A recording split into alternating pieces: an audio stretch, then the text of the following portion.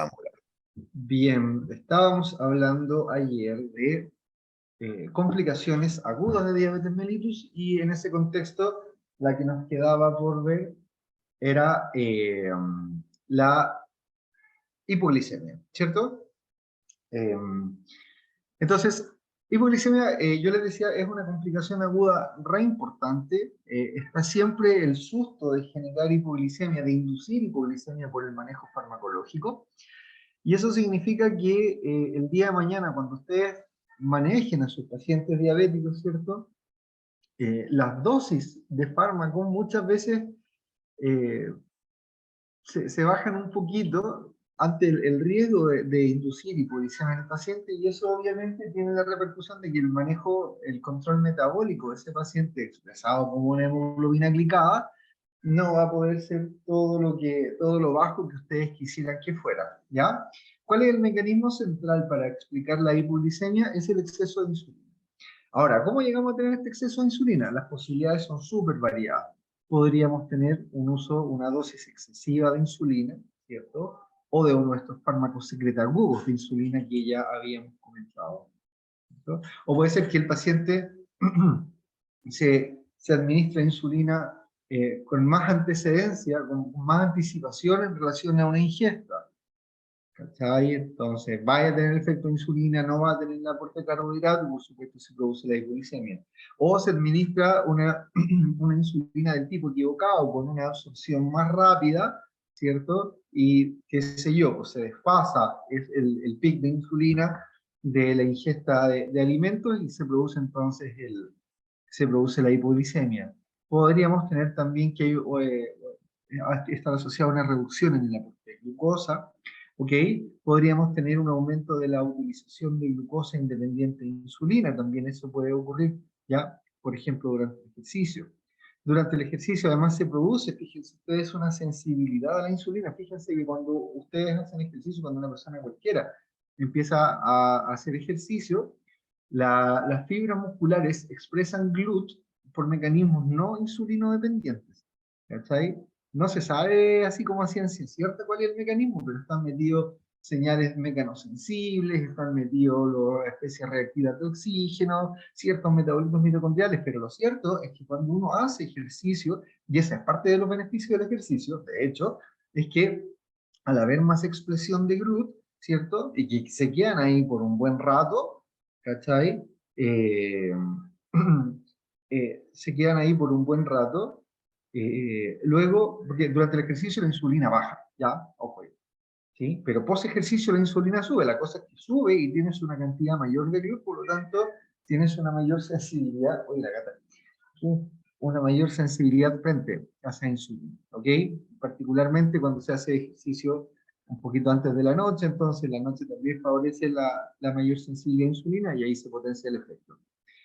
El consumo de alcohol también ha estado involucrado a la patogenia de la hipoglicemia porque después de varios días de consumo de alcohol se va agotando la capacidad gluconeogénica del hígado, ¿ok? Y eventualmente, y eso me imagino que ya lo tienen que haber visto en sus clases de farmacocinética, ¿ok? Si es que disminuye la función renal de un individuo, ¿cierto? Por daño renal agudo, por enfermedad crónica, podríamos eventualmente tener una disminución del clearance de insulina. ¿Ya? Se nos puede esto generar a través de varios fenómenos.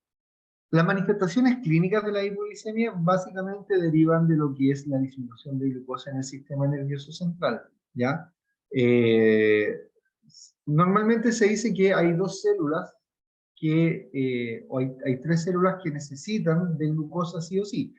¿Sí? Las células cerebrales, ¿sí? Las células fotosensibles de la retina y los glóbulos rojos, ¿ya? De esas, las más importantes, obviamente, en términos de generar manifestaciones clínicas, son las neuronas, ¿cierto? Entonces, se asocia a cambios conductuales, estos pacientes que se ponen agresivos, se ponen irritables, ¿cierto? ¿Ya? Podemos tener confusión, podemos tener fatiga, si la cosa se pone un poco más severa, podemos tener aparición de nuestros seizures, ¿ok? Eventualmente pérdida de conciencia, y si es prolongada en muerte puede generar coma, ¿cierto? Un coma hipoglicémico e incluso la muerte. Yo les decía que se sabe, ¿cierto? La estadística dice que entre un 1 y un 4% de pacientes diabéticos van a morir a consecuencia de los fenómenos estos de hipoglicemia. El manejo, la ingesta oral de glucosa, ¿cierto? Dependiendo del estado de conciencia del paciente, ya los pacientes saben eso, entonces andan normalmente con galletitas, con algún juguito, con algo que les aporte glucosa rápidamente, ¿ya? La cosa es que los puntitos que ven, los cambios conductuales, ¿cierto? Las manifestaciones que al paciente le indican que se va generando hipoglicemia, se van perdiendo en el tiempo, o van, denme un segundito, por favor.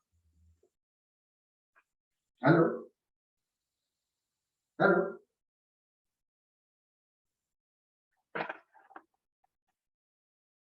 Segundito, segundito.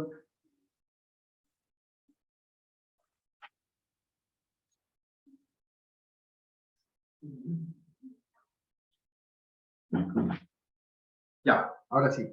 Entonces, estas manifestaciones van apareciendo con glicemias que son cada vez más bajas, por lo tanto va a llegar un momento en que va a ser tal el nivel de hipoglicemia que la persona no va a alcanzar a administrarse su glucosa oral, qué sé yo.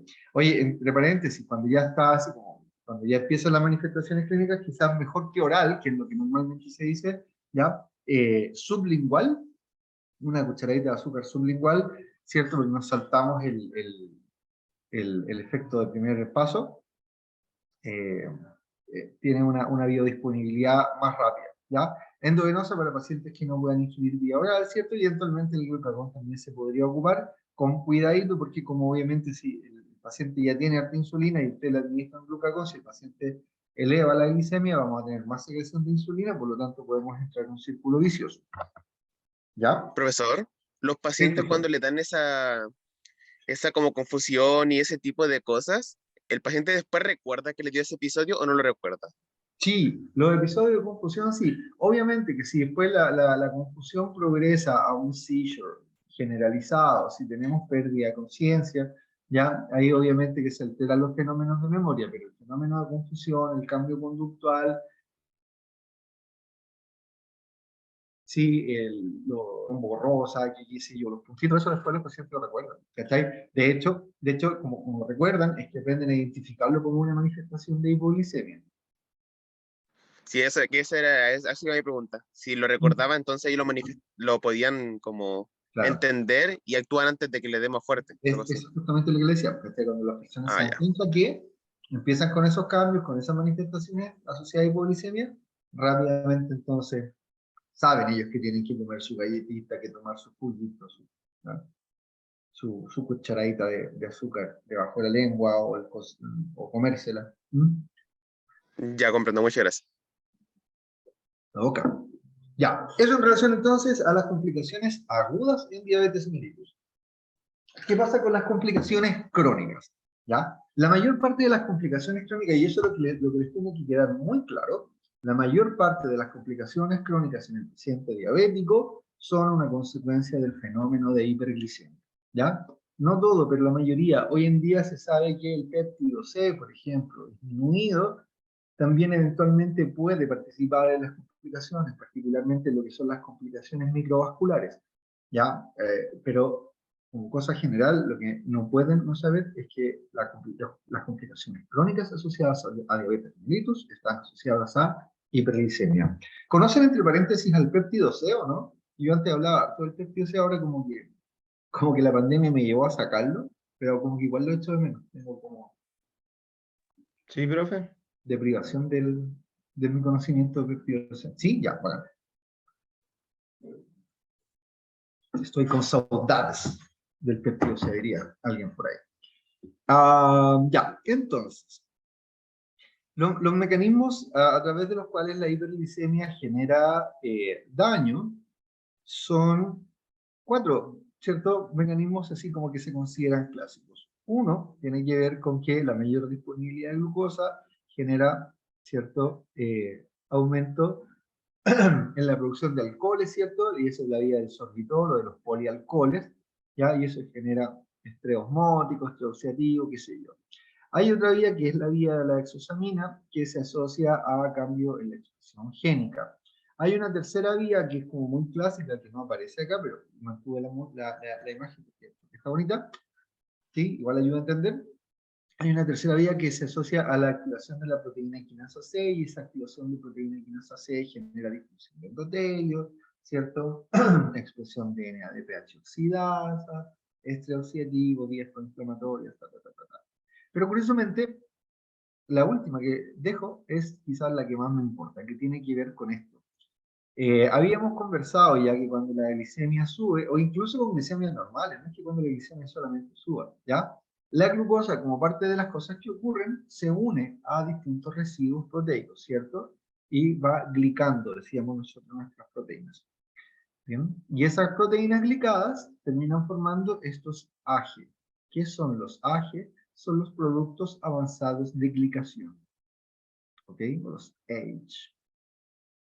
Y estos H pueden ser reconocidos por un receptor que yo les comenté el primer semestre en nuestras primeras clases, ¿ok? Que es el receptor RAGE, que es el receptor de los productos avanzados de glicación. La relevancia de la estimulación de este receptor de tipo RAGE es que genera él también cascadas proinflamatorias, ¿ok?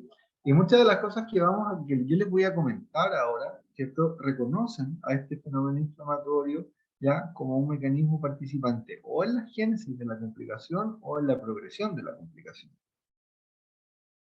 Entonces, decíamos, les comentaba yo ayer que las complicaciones crónicas las podemos subdividir en grupos y, por ejemplo, nos encontramos con las alteraciones vasculares, ¿se acuerdan? Y dentro de las vasculares teníamos las complicaciones microvasculares y las macrovasculares. Las complicaciones microvasculares en el fondo derivan de un fenómeno de disfunción de endotelio, ya también mega conocido por nosotros, ¿ya? Estas se dan principalmente, pero no únicamente, en pacientes con diabetes mellitus tipo 1 y son la base para entender los fenómenos de la nefropatía diabética, la retinopatía diabética, ¿ok? Y también participando del daño, pero no como agente causal principal de la neuropatía diabética. En relación a las alteraciones glomerulares que se producen asociadas a esta disfunción microvascular o a esta alteración microvascular, nos encontramos con que está asociado al cruzamiento de la membrana basal, ¿cierto? En los capilares glomerulares con todo lo que ustedes ya saben, porque eso lo conversamos también, que trae eso como secuencia. Hay una esclerosis difusa también del glomérulo, ¿ok? Y de la membrana basal del sistema tubular y la nefrona, ¿ya? La hipertensión arterial favorece la aparición de microalbuminuria, ¿ya? Y por lo general la hipertensión arterial va bien de la mano con diabetes mellitus, particularmente en diabetes mellitus tipo 2, ¿ya? En ese sentido, ahí ven ustedes que se van juntando mecanismos de daño renal, ¿ya? Ahora, puede producirse hipertensión arterial no como comorbilidad de diabetes mellitus, sino como una consecuencia de la diabetes mellitus, puede ser, ¿ya? Y está muy asociado a esta pérdida de la función renal, y eso, en ese caso, ya se da más, como yo les decía, en pacientes con diabetes mellitus de tipo 1. Hay hiperfiltración glomerular en estos pacientes, ¿cierto? Cosas que ya recordamos de nuestro semestre anterior. Lleva isquemia crónica asociada a fibrosis glomerular. La hiperglicemia contribuye vía productos de glicosilación. Se fijan que hasta uno lo ocupa así como no glicación, sino que glicosilación avanzado, la activación de la proteína quinasa C que les hablaba yo. Todo esto produce aumento de la expresión del factor de crecimiento del endotelio vascular, que como ustedes ya saben es profibrótico, ¿ya? Se reduce la expresión de nefrina en los podocitos, esta proteína, ¿cierto?, que está en los pedicelos, ayudando favoreciendo la disposición normal entre ellos. Entonces, la menor expresión de nefrina altera, ¿cierto?, la estructura, la relación que hay entre las prolongaciones de los podocitos, y eso finalmente nos lleva a una pérdida de selectividad por parte del glomérulo, y por lo tanto, eso nos lleva a la proteína, ¿ya? A la albuminuria. Albuminuria que, como ustedes ya también saben, genera acúmulo de macrófagos en el intersticio renal, ¿cierto? Activación de las proteínas de complemento, fenómenos de microinflamación, estrés oxidativo, citoquinas, proteasas, ¿ya? Fibrosis tubulo intersticial, todo ese tipo de cosas.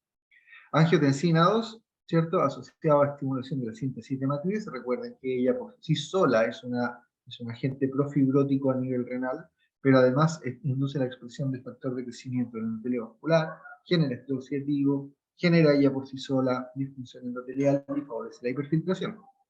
¿Ok? Aldosterona, ¿cierto? Si hay angiotensina 2, probablemente también vamos a tener aldosterona aumentada, que también es profibrótica vía TGF-beta, ¿ya? Ya hay varias cosas que unen, ¿cierto? A esta diabetes mellitus con el fenómeno de el daño renal. Lo que ustedes tienen en la imagen acá es una aorta, ¿ya? Es una aorta y demás está decir que es una aorta que está mega deteriorada, ¿sí? Llena de placa, pero esto es lo que se llama cuando, ¿se acuerdan cuando en clase describíamos con el doctor la placa ateroma que decíamos que afecta de manera difusa a las arterias grandes y medianas? Miren, ¿cierto? Este es como el epítome de lo que hablábamos en primer semestre. Cuando hablamos de complicaciones macrovasculares, entonces, hablamos de placa de ateroma, ¿ya? Y como ustedes bien ya saben, la placa de ateroma se asocia a infarto agudo de miocardio, accidentes vasculares cerebrales, gangrena de miembros inferiores, ¿ya? Y esta se da principalmente en diabetes mellitus tipo 2. ¿Por qué creen ustedes que se da principalmente en diabetes mellitus tipo 2? ¿Quién me puede decir?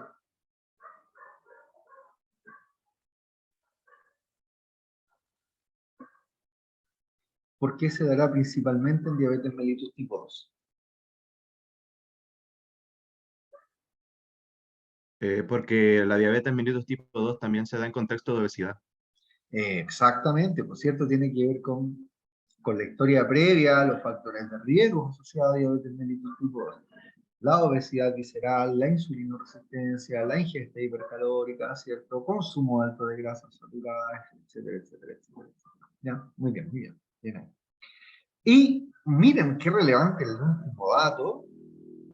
3 de cada 4 pacientes diabéticos mueren por causas asociadas a placa de ateroma, ¿ya? Es decir, desde un punto de vista de la salud pública, desde un punto de vista así como de la casuística, desde un punto de vista estadístico, epidemiológico, ¿ya? Es súper relevante la complicación macrovascular. ¿Okay? Luego nos encontramos con un segundo grupo de complicaciones crónicas que son las complicaciones neurológicas, ¿okay? La neuropatía diabética. No es el único tipo de neuropatía, pero explica la mayor parte de las neuropatías, ¿ya? Se da más en diabetes mellitus tipo 1, la incidencia, pero la prevalencia es igual en ambas. Factores de riesgo asociados al desarrollo de neuropatía diabética: el tiempo de curso de la patología, ¿ok? El control metabólico, ¿cierto? A mayor niveles de hemoglobina glicada, mayor probabilidad de desarrollar neuropatía diabética, ¿ya? Junto con estos criterios de inclusión para síndrome metabólico, en algunas cohortes también se ha visto que son factores de riesgo para el desarrollo de esto. Me dijeron que iban a haber síndrome metabólico en medicina interna. Cuéntenme cuáles son los criterios de inclusión para síndrome metabólico que se ocupan en Chile. Ya, no estoy seguro cuál ocupa la guía MinSal, pero creo que ocupan la de los gringos o ¿Sí? ocupan la de la OMS. La que se está ocupando más es la de ATP3 gringos. Ah, ya, sí, ya. Em, ya, bueno, esos criterios: está el perímetro de cintura, Sí, está la presión arterial, ok. 130, está, ¿cierto? Si sí, hipertensión 130/85, sí, o hipertensión arterial ya en o tratamiento. sí. Ya. Em, ya me perdí cuáles les dije. Perímetro cintura, en momento, ¿cuánto? Ah, en hombres mayor a 102 y en mujeres sobre 88. Muy bien. Luego, perímetro Em, cintura, presión arterial. Ay, no me Vamos, acuerdo si vamos, era vamos, alguien que nos la de la ayude. LDL. LDL, hay algunas asociaciones que incluyen LDL, pero en Chile no se considera LDL. ¿Quién más?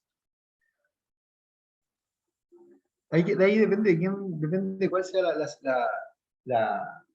el grupo que tú mires. Hay algunos que consideran el índice de masa corporal, otros no pescan el índice de masa corporal. Ya, triglicéridos sobre 150, Glicemia en ayunos 100 o más, ¿cierto? Una disglicemia, y me falta uno que era un HDL disminuido, menor a 50 en mujeres, menor a 40 en hombres, ¿ya? Ahí está. El tabaquismo, el abuso de alcohol, el envejecimiento. Miren mayor altura. Estaría asociado al largo de las fibras. Fibras más largas tendrían mayor, ¿cierto?, probabilidad de desarrollar esta neuropatía diabética. ¿Sí? Afecta a neuronas del sistema nervioso periférico de manera primaria, ¿cierto? Las sensitivas, en primer lugar, ¿cierto? Pero eventualmente también podríamos tener compromiso de neuronas de tipo motora, ¿ya? Ojo ahí también. ¿Ya?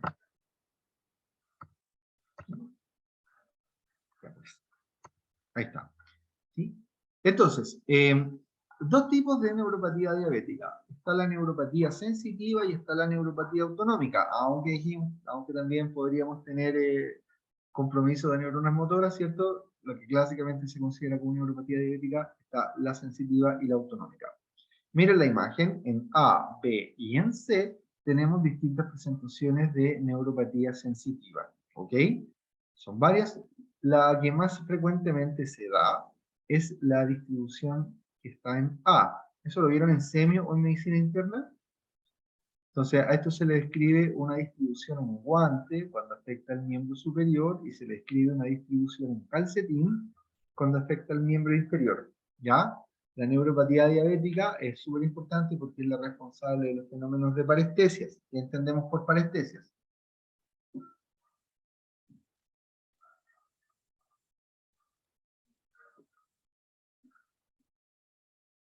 ¿Aló? ¿Existo o me caí? Profe, perdón, no voy a activar el micrófono. Eso. Parestesia, bueno, yo lo entiendo como una sensación como que se está adormeciendo, hormigueo de alguna parte, Son de la sensaciones extremidad. alteradas, ¿cierto? El pie Sí. dormido, todo se nos ha dormido alguna vez un pie, el hormigueo, el entumecimiento, ¿ya? Todas esas son parestesias, ¿ya? La neuropatía diabética sensitiva, la neuropatía sensitiva, también es responsable de las hipoestesias. ¿Y qué entendemos por una hipoestesia? Una disminución de la sensibilidad. Eso Eso. es, ¿cierto? Súper relevante. Esto es súper relevante, chicos, porque como factor de riesgo para el desarrollo de pie diabético es fundamental, ¿ya? Entre un 70 hasta un 85% de los pacientes que tienen pie diabético tienen antecedente previo de haber desarrollado neuropatía sensitiva. Aquí el doc nos manda un chat, nos dice, según MinSal en orientación técnica, Programa de Salud Cardiovascular 2017. Muchas gracias, doc. Todavía ¿Ya? no pongo la definición, ahora viene la definición de metabólico, que me estoy demorando en seleccionarlo. Ya, pero lo pongo al tiro. ¿Ya? Y aquí eh, es surrealista la cuestión con la neuropatía diabética. Hay reportes clínicos de pacientes que andan con el llavero en el zapato, caminando todo el día y no se dan cuenta y cachan en la noche cuando se sacan el zapato y el llavero cae. Esa onda. Una alumna en otra universidad, no tan prestigiosa por supuesto como UTA, me comentaba que iba caminando ella con su mamá hace un par de meses y a la mamá se le salió el zapato, mamá diabética, se le salió el zapato y la mamá siguió caminando y no se dio cuenta que se le salió el zapato. Hasta que dice, si no es porque su hija, mi alumna, se lo dice, la mamá sigue caminando.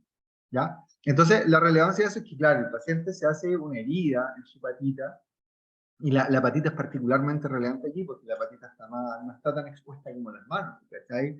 Más encima está dentro del calcetín, el calcetín está dentro del zapato, es decir, tenemos una herida lejos de la luz del sol, húmeda, a una temperatura más o menos alta, ¿cierto? Con un sistema inmunológico que tampoco funciona del todo bien, es decir, la posibilidad que se nos infecte sería súper alta, ¿ya? Como se produce disfunción macro y microvascular, también los fenómenos de inflamación no son del todo adecuados, y si no hay buena inflamación, no hay buena cicatrización, por lo tanto la probabilidad de que eso progrese en úlcera es súper grande, ¿ya?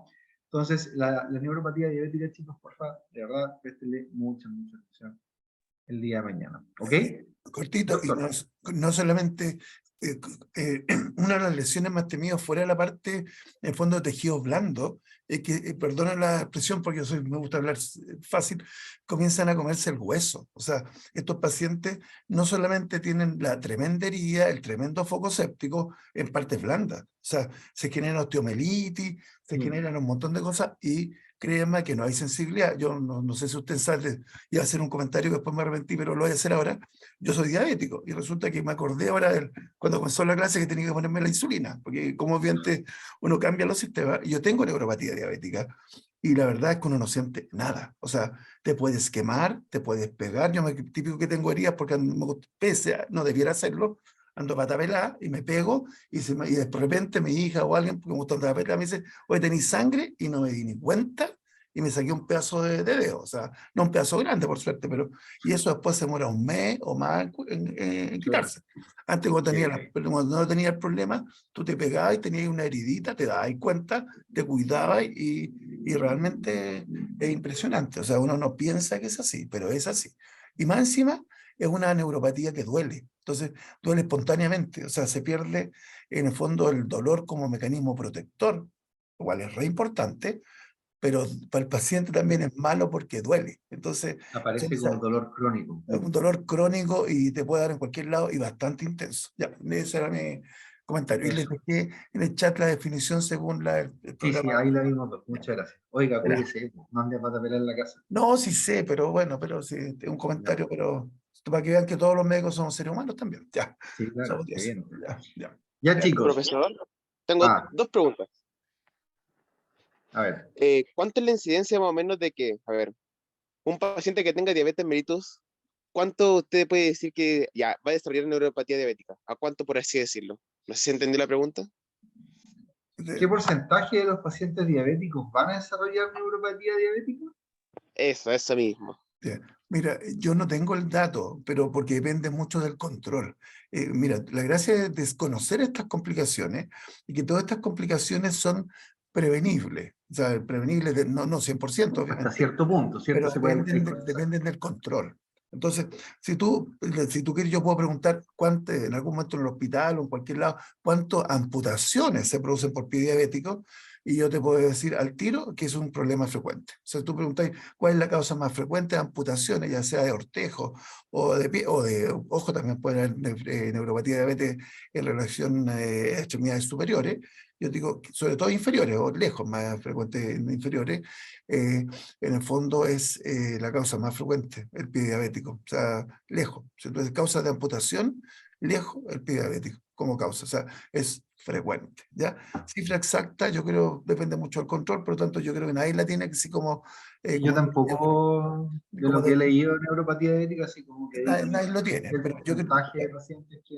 pero es súper frecuente y que como causa de amputación el pie diabético es frecuentísimo. Si tú preguntas cuál es la causa más frecuente de amputación en cualquier hospital, te van a decir pie diabético. Así, Amputación así es no frecuente. traumática, claro. Muy Comprendo. traumática. Entonces es como una consecuencia que puede ser hasta cierto punto prevenible si se bien trata la enfermedad. Ese es el punto. Si esa es la gracia de conocer todos estos Ya aspectos comprendo. desde el punto de vista clínico, bueno, perdona que me saca más a un lado clínico, Mauricio, pero el concepto es que todas estas complicaciones, si tú tienes cuidado y tienes buen control metabólico, se pueden evitar. No 100%, pero se pueden evitar mucho. Entonces, ustedes, por ejemplo, en relación a mi caso, yendo para que apliquen medicina, ustedes tienen que decir, entonces el doctor no se controla bien. Sí, no me controlo bien. ¿Ya?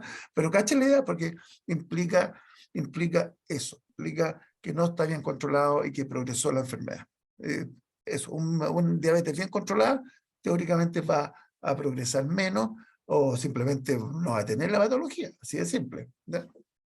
Eso, ya, Súper, gracias, Doc. no, de nada. Y la otra, pero rapidito, pero es que no me quedó muy claro. Usted habló en la parte de la diapo donde está la placa aterosclerótica de la aorta. ¿La puede poner, por fin? Usted dijo que esto se da más principalmente en diabetes mellitus tipo 2, por lo que también dijo el máximo. Pero en pacientes que tengan diabetes mellitus tipo 1 y no tengan obesidad, ¿también se le va a provocar esto o no se le provoca por algún mecanismo propiamente tal de la diabetes? No, la diabetes mellitus por sí sola favorece el desarrollo tal. Sí, ¿ya? Ya. Esa era Lo mi que, duda más principal. Voy a meter la cuchara, cortito. En diabetes tipo 1 se sabe menos y te voy a explicar por qué. porque la diabetes tipo 1, antes por la dificultad de los tratamientos eficientes y todo lo que sabía, Se en morían general, antes. se morían antes de los 50 años. Entonces tú un diabético tipo 1 que tuviera 50 o 60 años era raro, ¿te fijarías? Pero ahora lo más probable es que comiencen a llegar pacientes mucho mayores. Yo tengo compañeros de diabetes que estudian medicina, diabéticos tipo 1, y la verdad es que tienen la misma edad que yo o un poquito más y están mejores que yo. ¿Cachai? Lo que trato de decir es que eso va a venir realmente en los trabajos, pero teóricamente se supone que sí sería un factor de riesgo no tan potente por el control actual de los diabéticos tipo 1, pero en el fondo podría ser que fuera más aterosclerótico de lo que uno pensaría inicialmente. Pero lo que se sabe, el conocimiento actual hoy día, si me preguntan, claro, es más de diabéticos tipo 2, eso está claro. ¿Ya? Fíjate, Christopher, que trabajos en laboratorio han demostrado que la hiperglicemia por sí sola aumenta la expresión de moléculas de adhesión, selectinas, ICAM, BCAM, ¿cachai? Por lo tanto, ya siendo hiperglicémico un sujeto, podríamos empezar a pensar que empieza a tener algún grado de factor de riesgo para el desarrollo de esto. El déficit del péptido C, que va a estar también cierto en el paciente con diabetes mellitus tipo 1, se asocia también al desarrollo de disfunción de endotelio. Por lo tanto, ahí ya vais teniendo otro, quizás pequeñito, pero está factor de riesgo, ¿ya? Entonces, también se da en diabetes mellitus tipo 1 y también uno puede encontrar links asociados a. Ya comprendo, muchas gracias. También hemos visto que se desarrolla mucha disfunción endotelial, menor porcentaje de óxido nítrico y todo ese tipo de cosas, así como favoreciendo también un poco ¿Cierto? a eso. Además, ahora, ¿qué pasa si tenía un paciente diabético tipo 1? ¿Cachai? Que no es bien manejado o que es medio porfiado, ¿cachai? Y no sigue así como la dieta a la pata de la letra, tal como como comentamos ayer con el doctor, ¿cachai? Y consume una cantidad de energía total mayor a la que debiera consumir, ¿cachai? Con ajuste de insulina y todo, pero ese sujeto igual cae en balance positivo. Por lo tanto, igual puedes tener aumento de peso, igual puedes tener sobrepeso, puedes tener obesidad en un diabético tipo 1 y por lo tanto igual puedes ser insulino resistente. ¿Cachai? Si llegáis a ese punto, tú sabes también que la insulino resistencia es un factor de riesgo para el desarrollo de, ¿ya? Entonces, no es que esté protegido el sujeto frente a una serie de condiciones, ¿ya?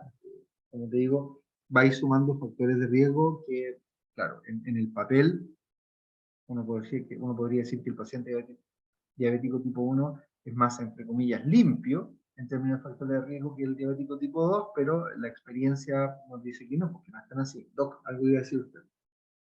Cortito, tú hiciste algo que pasó como desapercibido para alguien que no cacha fisiopato. El problema de los diabéticos tipo 2 es que son hiperinsulinímicos. Entonces, en el fondo, la insulina también tiene un rol. O sea, la insulina fuera de controlar la glicemia, también tiene un rol. Entonces, el diabético tipo 1 no tiene insulina. Acuérdense que parte sin insulina. El diabético tipo 2 parte con mucha insulina por la resistencia. Entonces, la insulina no tiene solamente efectos sobre la glicemia, o sea, es el efecto fundamental. Y lo otro que fue lo que tú hablaste, acuérdense que cuando se libera la insulina, está metida en ¿cómo se llama? Una vesícula, y ahí se libera también péptido C y otros fragmentos, porque la insulina se degrada por dos lados, se degrada por una peptidasa, y al mismo tiempo que se produce péptido C, y se producen otros dos fragmentos. Entonces, cuando suelta insulina, suelta péptido C, y sueltan dos fragmentos más que no los quiero marear con los nombres, pero el concepto es que esas moléculas son activas. O sea, ya lo dijo el doctor en relación al péptido C. El péptido C tiene efecto prooxidante y las otras moléculas también. Entonces, el hecho de tener hiperinsulinismo, en el fondo, no solamente afecta digamos, el problema de la glicemia, de la glucosa, también afecta otras vías regulatorias que no se saben bien todavía. En una de esas vamos a terminar, yo siempre hago un poquito de medicina ficción, en el fondo que no solamente los pacientes se traten con insulina, sino que también con péptido C. O sea, ¿cachai lo que trato de decir? O sea, porque en el fondo, o sea, actualmente todo va más para la medicina, los cambios conductuales, que son súper difíciles, pero en el fondo también puede ser de que el péptido C, no sé, estoy curando, tenga un rol sobre el apetito, o tenga un rol sobre otro elemento. Entonces, al final puede ser de que sea más que solamente la insulina. Eso nomás comentar. Ya, Vamos, Muchas gracias, vamos. profe. Dale, ya, si no, no nos vamos a atrasar. D.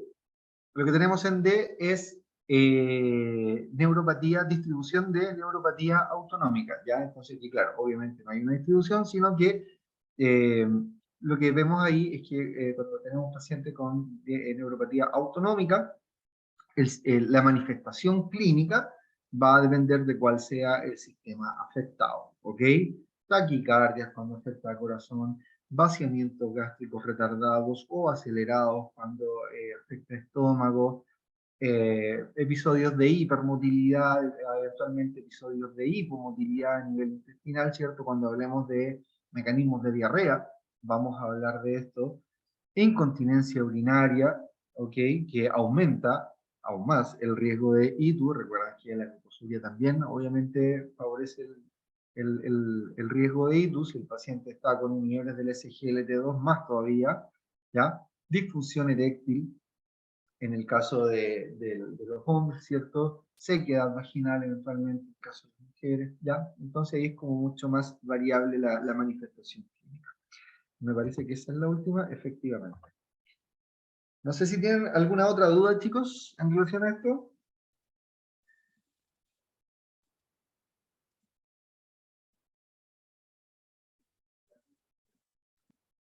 Por mi parte, estoy bien, profe. Todo bien, bueno. Con los ISGL, es que en medicina interna nos habían dicho de que ahora los ISGLT2 son súper buenos porque no generaban tantas ITU como se esperaba, pero igual las provocan por la glucosuria, ¿cierto? O sea, yo tenía entendido eso. Aumentan el riesgo, eso es parte de las complicaciones que puede haber. Evidentemente que sí. Ahora, claro, en el caso de la ITU hay varias cosas que van a estar, la continencia o no del esfínter, el estatus inmunológico del sujeto, la genética. Hay genéticas que predisponen, ¿cierto?, a menos capacidad de respuesta frente a enterobacterias. Hay genéticas que son más deficientes, ¿ya? Pero de que es una posible complicación y que es un factor de riesgo, lo es. Lo que es discutible después es qué tan potente es como factor de riesgo, ¿cachai? Pero si tú tenés más glucosa en la orina, o si tienes glucosa en la orina, es evidente que tenéis un riesgo mayor que alguien que tenga una orina sin glucosa. ¿Sí? Le estáis dando la benzina a las bacterias para que crezcan. Claro, ya. Gracias, profesor. ¿Ah? Ok, ya. Feña, lo vi entrar por ahí un poquito desfasado. Vio el correo con la clase de tiroides, ¿no? Por supuesto, pues, Doc. Muy bien, Ya muy está bien, muy reenviado. bien. Ese es mi delegado. Ese es mi Yo delegado. no la he subido, espera un poco. tengo que- Ya, Ya, y yo después mateamente la subiré también ahí para que quede registrado en la página. dejo grabar, ¿no es cierto? Sí, Hago sí, la doctor.